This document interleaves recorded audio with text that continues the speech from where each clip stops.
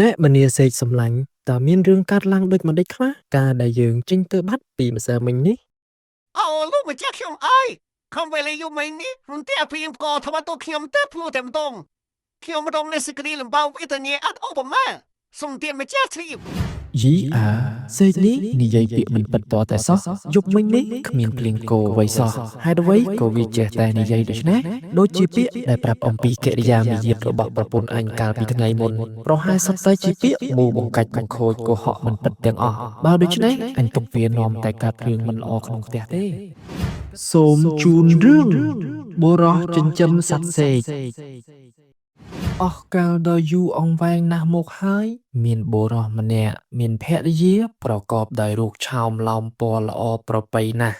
បុរសជាប្តីនោះស្រឡាញ់ភរិយារបស់គាត់ហួសប្រមាណនិងមិនដែលទៅណាមកណាឲ្យឃ្លាតមួយវេលាណាសោះឡើយថ្ងៃមួយគាត់មានធុរៈចេញទៅស្រុកឆ្ងាយដែលមិនអាចខកខានបានបុរសនោះក៏បានចេញទៅកាន់កន្លែងលក់សត្វបក្សីមួយកន្លែងហើយក៏បានសាកសួរអ្នកលក់ដើម្បីទិញយកសត្វសេកមួយក្បាលយកមកអ្នកលោកតើសេកនេះតម្លៃប៉ុន្មានដែរសេកនេះតម្លៃ5តម្លឹងណាលោកតម្លៃដូចជាខ្ពស់ណាស់តើអាចចុះថ្លៃបន្តិចបានដែរឬទេមិនចុះទេលោកព្រោះខ្ញុំលក់ប៉ុណ្ណេះវាថោកណាស់ទៅហើយគាត់គិតបន្តិចហើយក៏និយាយថាអញ្ចឹងខ្ញុំយកមួយនឹងទៅចុះលោកចំជាមានភ្នែកមុតមែនព្រោះសេកនេះជាសេកដែលឆ្លាតជាងគេក្នុងចំណោមសេកទាំងអស់លោកយកទៅនឹងមិនខកបំណងទេសេកនេះមិនត្រឹមតែចេះនិយាយភាសាមនុស្សប៉ុណ្ណោះទេថែមទាំងមានប្រាជ្ញាវាងវៃនិងចេះចាំរឿងរ៉ាវផ្សេងៗដែលបានដឹងបានឮទាំងអស់បន្ទាប់ពីប្រគល់ប្រាក់ទៅឲ្យអ្នកលក់ស្រេចហើយបុរសនោះបានយកសត្វសេកទៅដាក់ក្នុងទ្រុងហើយក៏បាននាំយកប្រគល់ឲ្យភរិយារបស់ខ្លួនរក្សាទុកនេះណែអូន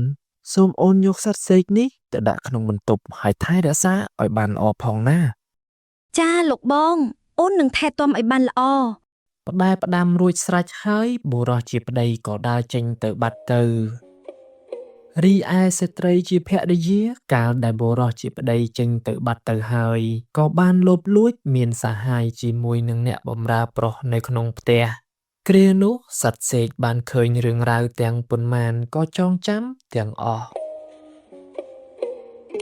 លុះវេលាដែលបុរសជាប្តីត្រឡប់មកដល់ផ្ទះវិញគាត់ក៏ចូលទៅសាកសួរសេកអំពីហេតុភេទដែលបានកើតឡើងនៅក្នុងគ្រាដែលខ្លួនមិននៅនោះអ្នកមនាសេកដ៏គួរឲ្យស្រឡាញ់អើយតើមានរឿងហេតុអ្វីកើតឡើងឬអត់វេលាដែលយើងមិនបាននៅផ្ទះដូច្នេះភរិយាលោកម្ចាស់មានសហាយទានប្រក់ភរិយាលោកម្ចាស់នាំប្រក់ជួបន្ទប់ទានម្ចាស់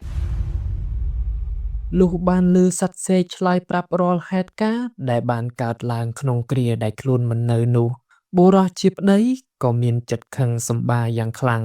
ហើយក៏បានទៅស្ដីបន្ទោសជាទម្ងន់ដល់ភរិយារបស់គាត់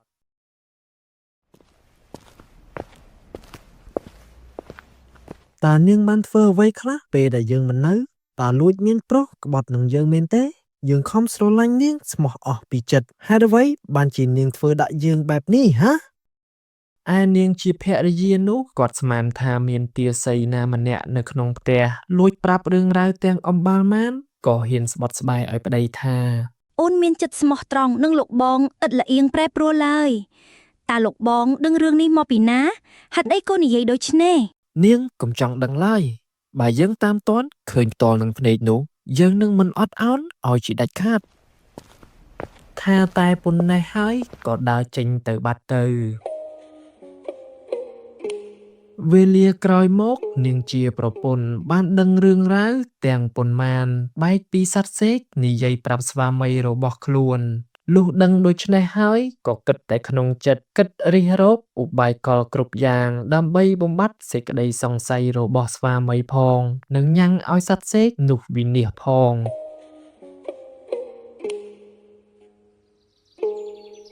ថ្ងៃមួយបុរសជាស្វាមីមានដំណើរទៅឆ្ងាយកំណត់រយៈពេលមួយថ្ងៃ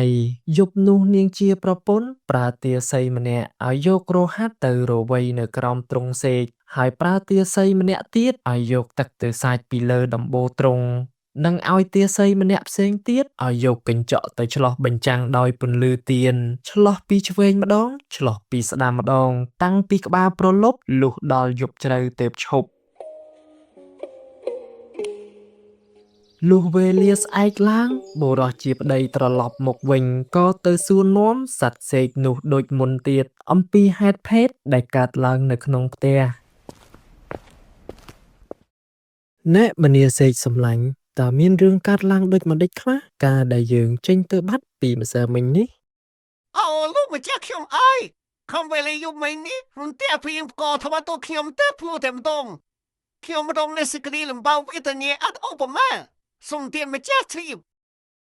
បុរសនោះបានដឹងប្រកាសថាក្នុងវេលាយប់នោះឥតមានភ្លៀងផ្គរអ្វីបន្តិចសោះនៅពេលដែលឮសេកនិយាយប្រាប់ដូច្នេះហើយក៏គិតក្នុងចិត្តថាយីអា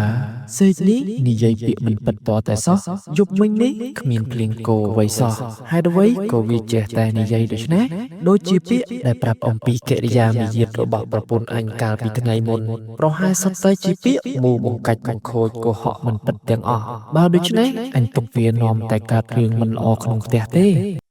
គិតដូច្នេះហើយក៏ទាញយកសេកចេញពីទ្រុងបោកផ្ទប់ទៅលើដីអន្តរាយជីវិតក្នុងគ្រានោះទៅងាប់ឲ្យស្រឡះទៅអាសត្វចង្រៃ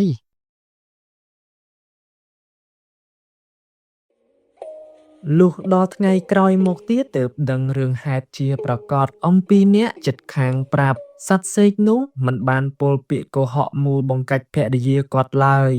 បុរសនោះដឹងហើយក៏កើតសេចក្តីសោកស្ដាយសត្វសេកដ៏មហិមាព្រោះខ្លួនបានសម្លាប់ចោលដោយមិនបានគិតពិចារណាឲ្យបានល្អិតល្អន់ហើយរឿងនិទានអប់រំនេះបានបញ្ចប់ត្រឹមតែប៉ុណ្ណេះសូមជូនពរអស់លោកអ្នកទស្សនាឲ្យជួបប្រទះតែនឹងសេចក្តីសុខសេចក្តីចម្រើនគ្រប់ប្រការរកទទួលទានមានបានគ្រប់ក្រុមគ្រួសារមានដំណើរកំសាន្តទៅទីជិតទីឆ្ងាយសូមឲ្យជួបតែសេចក្តីសុខនិងសុវត្ថិភាពខ្ញុំបាទសូមអរគុណនិងសូមគោរពលា